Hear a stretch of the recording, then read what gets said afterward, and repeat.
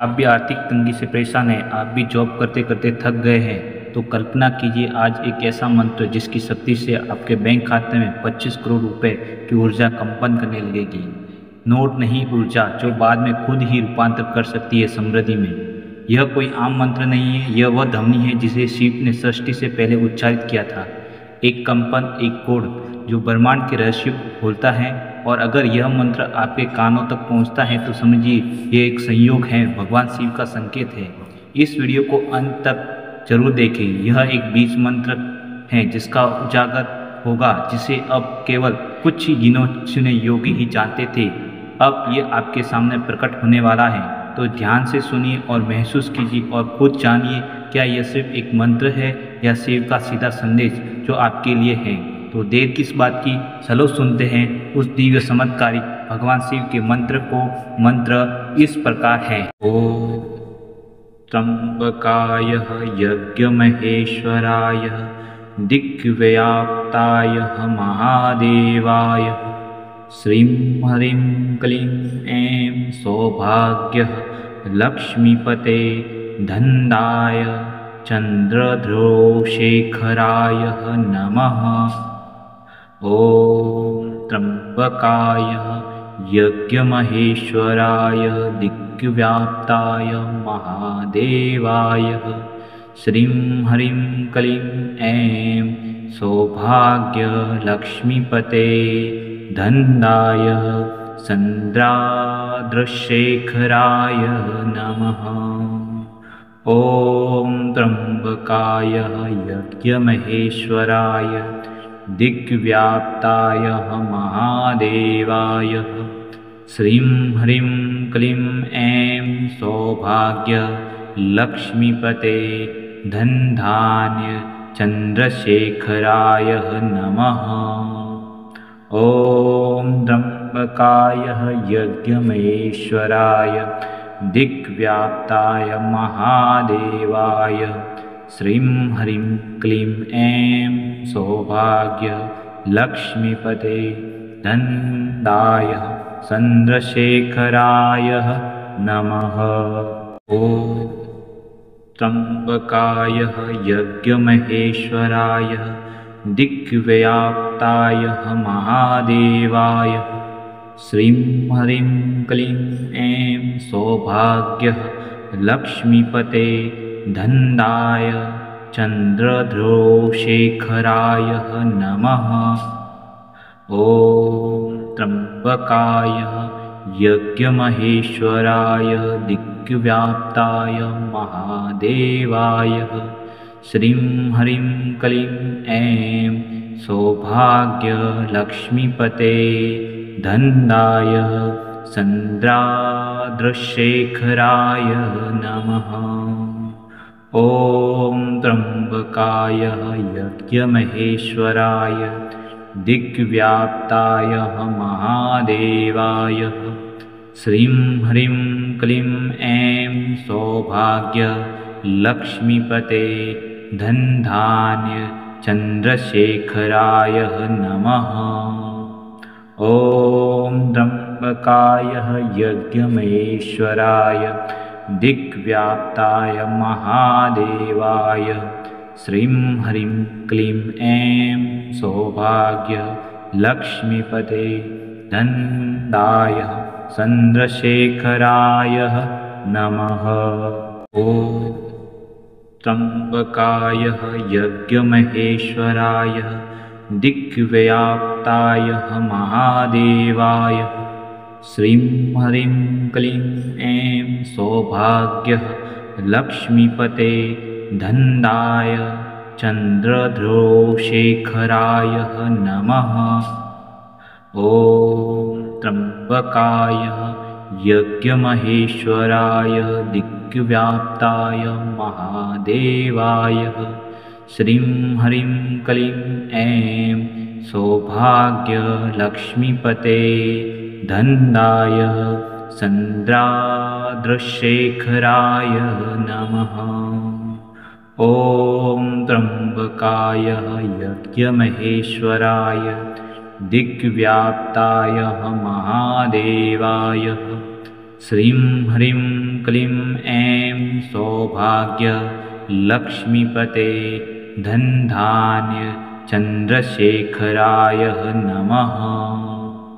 ॐ त्र्यंबकाय यज्ञमहेश्वराय दिग्व्याप्ताय महादेवाय श्रीं ह्रीं क्लीं ऐं सौभाग्य लक्ष्मीपते धनदाय चंद्रशेखराय नमः। ॐ त्र्यंबकाय यज्ञमहेश्वराय दिग्व्याप्ताय महादेवाय श्रीं ह्रीं क्लीं ऐं सौभाग्य लक्ष्मीपते धनदाय चंद्रशेखराय नमः। ॐ त्र्यंबकाय यज्ञमहेश्वराय दिग्व्याप्ताय महादेवाय श्रीं ह्रीं क्लीं ऐं सौभाग्य लक्ष्मीपते धनदाय चंद्रशेखराय नमः। ॐ त्र्यंबकाय यज्ञमहेश्वराय दिग्व्याप्ताय महादेवाय श्रीं ह्रीं क्लीं ऐं सौभाग्य लक्ष्मीपते धनधान्य चंद्रशेखराय नमः। ॐ त्र्यंबकाय यज्ञमहेश्वराय दिग्व्याप्ताय महादेवाय श्रीं ह्रीं क्लीं ऐं सौभाग्य लक्ष्मीपते धनदाय चंद्रशेखराय नमः। ॐ त्र्यंबकाय यज्ञमहेश्वराय दिग्व्याप्ताय महादेवाय श्रीं ह्रीं क्लीं ऐं सौभाग्य लक्ष्मीपते धनदाय चंद्रशेखराय नमः। ॐ त्र्यंबकाय यज्ञमहेश्वराय दिग्व्याप्ताय महादेवाय श्रीं ह्रीं क्लीं ऐं सौभाग्य लक्ष्मीपते धनदाय चंद्रशेखराय नमः। ॐ त्र्यंबकाय यज्ञमहेश्वराय दिग्व्याप्ताय महादेवाय श्रीं ह्रीं क्लीं ऐं सौभाग्य लक्ष्मीपते धनधान्य चंद्रशेखराय नमः। ॐ त्र्यंबकाय यज्ञमहेश्वराय दिग्व्याप्ताय महादेवाय श्रीं ह्रीं क्लीं ऐं सौभाग्य लक्ष्मीपते धनदाय चंद्रशेखराय नमः। ॐ त्र्यंबकाय यज्ञमहेश्वराय दिग्व्याप्ताय महादेवाय श्रीं ह्रीं क्लीं ऐं सौभाग्य लक्ष्मीपते धनदाय चंद्रशेखराय नमः। ॐ त्र्यंबकाय यज्ञमहेश्वराय दिग्व्याप्ताय महादेवाय श्रीं ह्रीं क्लीं ऐं सौभाग्य लक्ष्मीपते धनदाय चंद्रशेखराय नमः।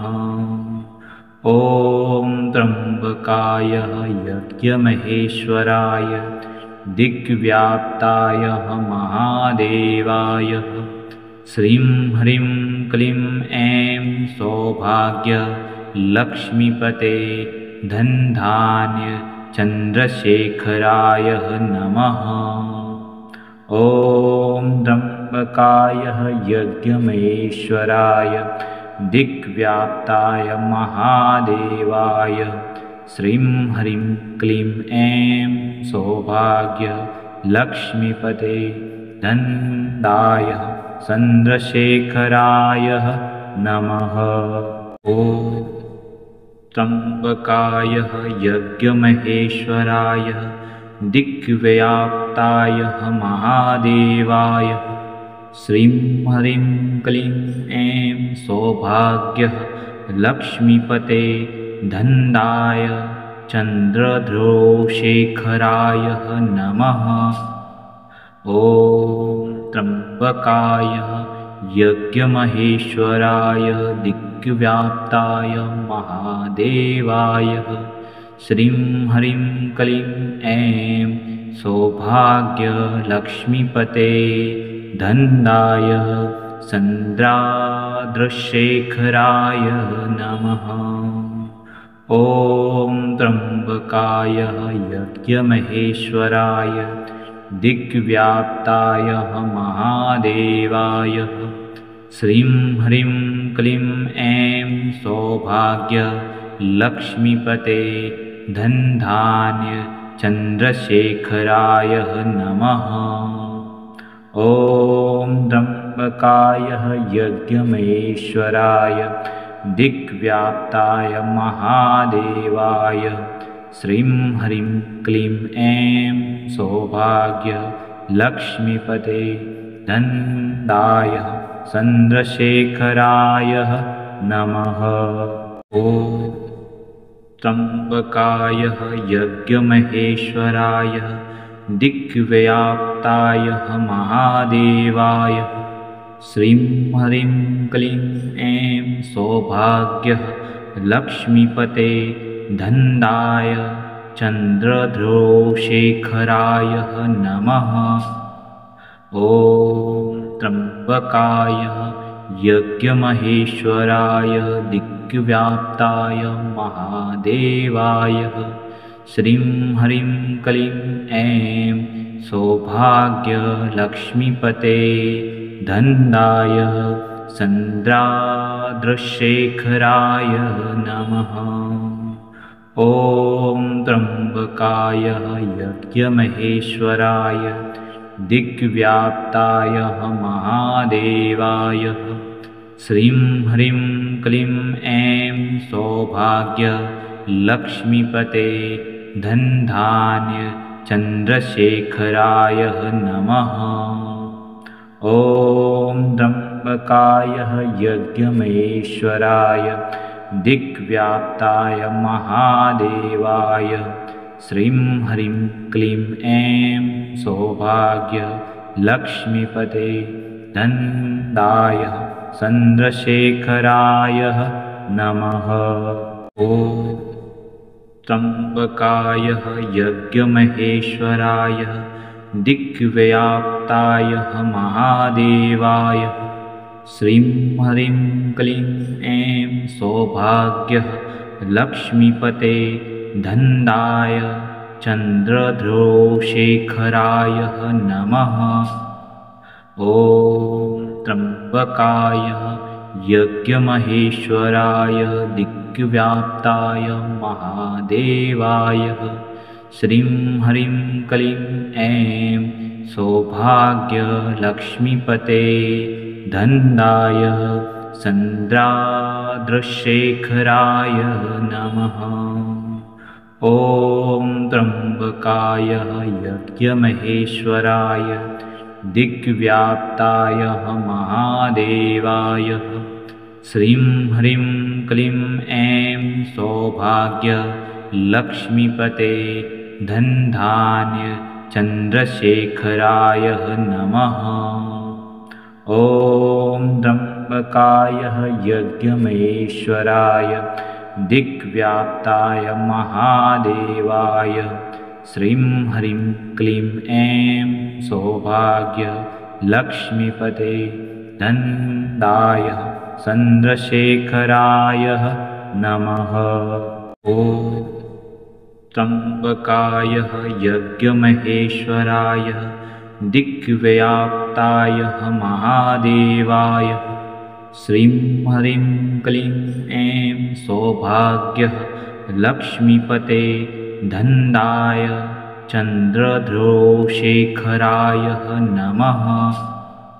ॐ त्र्यम्बकाय यज्ञमहेश्वराय दिग्व्याप्ताय महादेवाय श्रीं ह्रीं क्लीं ऐं सौभाग्यलक्ष्मीपते धन्दाय चन्द्राद्रशेखराय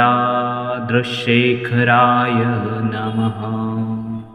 ॐ त्र्यम्बकाय यज्ञमहेश्वराय दिग्व्याप्ताय महादेवाय श्रीं ह्रीं क्लीं ऐं सौभाग्यलक्ष्मीपते धनधान्य चन्द्रशेखराय नमः। ॐ त्र्यम्बकाय यज्ञमहेश्वराय दिग्व्याप्ताय महादेवाय श्रीं ह्रीं क्लीं ऐं सौभाग्यलक्ष्मीपते धनदाय चन्द्रशेखराय नमः। ॐ त्र्यम्बकाय यज्ञमहेश्वराय दिग्व्याप्ताय महादेवाय श्रीं ह्रीं क्लीं ऐं सौभाग्यलक्ष्मीपते धनदाय चन्द्रध्रुवशेखराय नमः। ॐ त्र्यम्बकाय यज्ञमहेश्वराय दिग्व्याप्ताय महादेवाय श्रीं ह्रीं क्लीं ऐं सौभाग्यलक्ष्मीपते धनदाय चन्द्राद्रशेखराय नमः। ॐ त्र्यम्बकाय यज्ञमहेश्वराय दिग्व्याप्ताय महादेवाय श्रीं ह्रीं क्लीं ऐं सौभाग्यलक्ष्मीपते धनधान्य चन्द्रशेखराय नमः। ॐ त्र्यम्बकाय यज्ञमहेश्वराय दिग्व्याप्ताय महादेवाय श्रीं ह्रीं क्लीं ऐं सौभाग्यलक्ष्मीपते धनदाय चन्द्रशेखराय नमः। ॐ त्र्यम्बकाय यज्ञमहेश्वराय दिग्व्याप्ताय महादेवाय श्रीं ह्रीं क्लीं ऐं सौभाग्यलक्ष्मीपते धनदाय चन्द्रध्रुवशेखराय नमः। ॐ त्र्यम्बकाय यज्ञमहेश्वराय दिग्व्याप्ताय महादेवाय श्रीं ह्रीं क्लीं ऐं सौभाग्यलक्ष्मीपते धनदाय चन्द्राद्रशेखराय नमः। ॐ त्र्यम्बकाय यज्ञमहेश्वराय दिग्व्याप्ताय महादेवाय श्रीं ह्रीं क्लीं ऐं सौभाग्यलक्ष्मीपते धनधान्य चन्द्रशेखराय नमः। ॐ त्र्यम्बकाय यज्ञमहेश्वराय दिग्व्याप्ताय महादेवाय श्रीं ह्रीं क्लीं ऐं सौभाग्यलक्ष्मीपते धनदाय चन्द्रशेखराय नमः। ॐ त्र्यम्बकाय यज्ञमहेश्वराय दिग्व्याप्ताय महादेवाय श्रीं ह्रीं क्लीं ऐं सौभाग्यलक्ष्मीपते धनदाय चन्द्रध्रुवशेखराय नमः। ॐ त्र्यम्बकाय